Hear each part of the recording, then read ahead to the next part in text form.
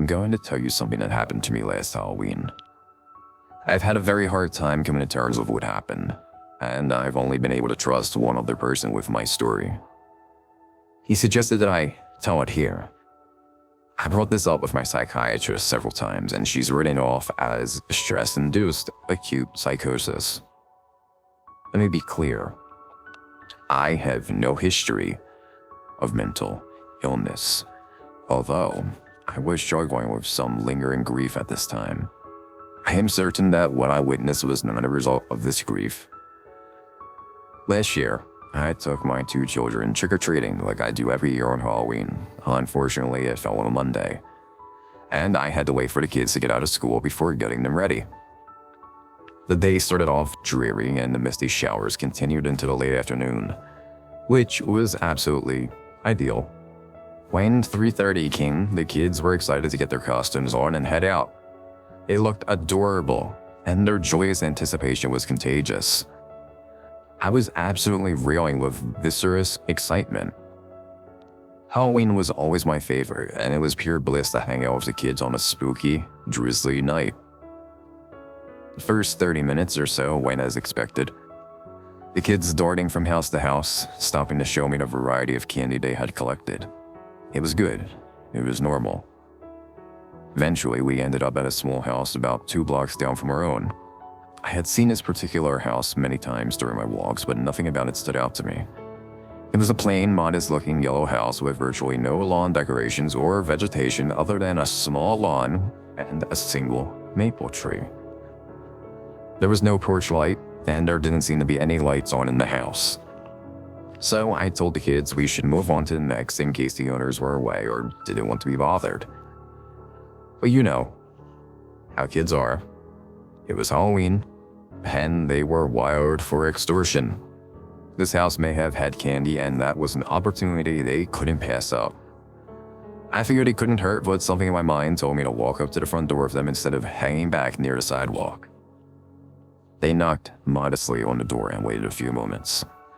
As the door creaked open, a small, elderly woman peeked into the opening and gave a light, tired-looking smile. I half expected a terrifying, devious witch, but I was pleasantly surprised to see that she was quite normal. She probably just wasn't that into Halloween. She placed a couple of pieces of candy into the kids' bags and nodded a response to their thanks. I smiled politely, thanking her, and turned to leave when she beckoned me with a curl of her fingers. "Yes, ma'am," I replied and leaned in to hear her. "You have beautiful children, and I know you celebrate in innocent fun." Oh God, she's gonna tell me about the unholy pagan occultist blasphemy that is Halloween. I thought, some of the children out tonight are not really children. I don't know how long I stood in this woman's doorway with what she had said, but I probably had the most impolite look on my face. I started to ask her if she was referring to older teenagers because I've heard people complain about that before. And it agitated me a bit because I'd be collecting candy too if I wasn't socially acceptable. You'll be able to see it if you pay attention. Something will be off. The proportions of the limbs, the sound of the voice, some of them are not children. Man, I'm only telling you because one of them is following you," she said, clearly trying to be delicate, but there was haste in her voice. My heart sank. Sure, she was likely declining a bit, but her words shot through my veins and left behind an icy suspicion. I felt nauseous, and I had enough of the encounter, so I simply walked away. She's fucking crazy, I muttered to myself. "Mommy, you shouldn't curse," my daughter sang, skipping towards the next house. I chose to shake off what the woman had said and continue enjoying the night with my kids. We continued this way, house to house, until I could tell their little feet had grown tired. They started dragging behind me a bit, and I decided to head back towards our house. It was a bit darker than when we started out, and the temperature dropped quite a bit. Now, we had just moved out to this neighborhood about 6 months before, and I really prioritized the kids getting the opportunity to make friends. There were a few instances throughout the night that both of them saw other kids from their classes and said hello, or even walked us into a few houses. I made polite conversation with their parents and smiled and waved to my kids' friends, but I didn't explicitly remember any names or faces. So when a boy that looked to be about my son's age called out to him from a couple houses down, I wasn't sure whether we had encountered this kid earlier in the night or not. "Aiden," he waved excitedly to my son, like second graders do. He looked quite a bit like my son, but lankier, with longer, darker hair. My son waved back shyly, as he always does, and the boy came running awkwardly over to us. "Hi, Aiden. I like your Fortnite costume."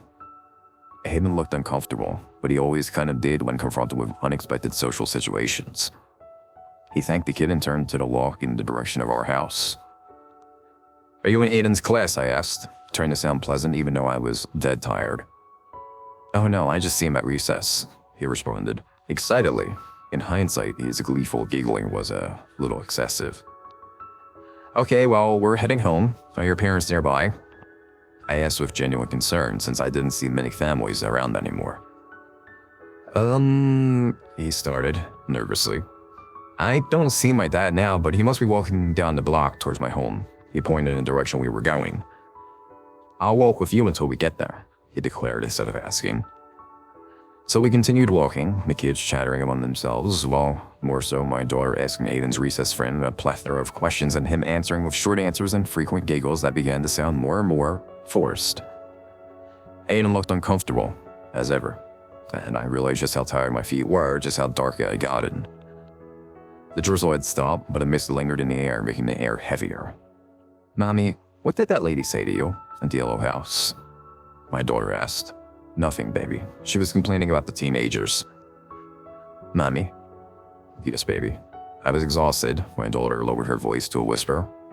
"I've never seen him at recess. I don't think Aiden has either. He didn't even know the name of our school, and we've been walking for a very long time. When will we be home?" "Honey, I checked my phone." How was this the first time I checked my phone? 11:54. Fuck. What the fuck? "Mommy, I'm scared. I want to go home." My heart began to race, and my legs turned to jelly. "Guys, when did it get so late? I looked at the little boy standing in front of us. His face shifted continuously back and forth from the excited and nervous smile he had shown me at the first, to a solemn, indifferent stare, then to a maniac sneer of duper's delight. These expressions kept looping from one to the next to the last, over and over. I felt it overwhelmingly strenuous to look away. The sound of fear in my children's voices was enough to serve me for longer snatches of time.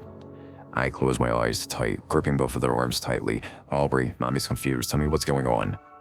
"We keep trying to walk and you keep stopping and staring at him. We keep yelling for you to stop. Please, Mommy, I want to go home." With my eyes shut tight and my hands gripping their arms even tighter, I shouted, "What the fuck are you? What do you want?" His voice was shrill and distorted. "Spare 5 minutes more. We're nearly there now. I've gotten to know you so deeply, Catherine." I could feel the vomit rising and my throat and my chest was on fire.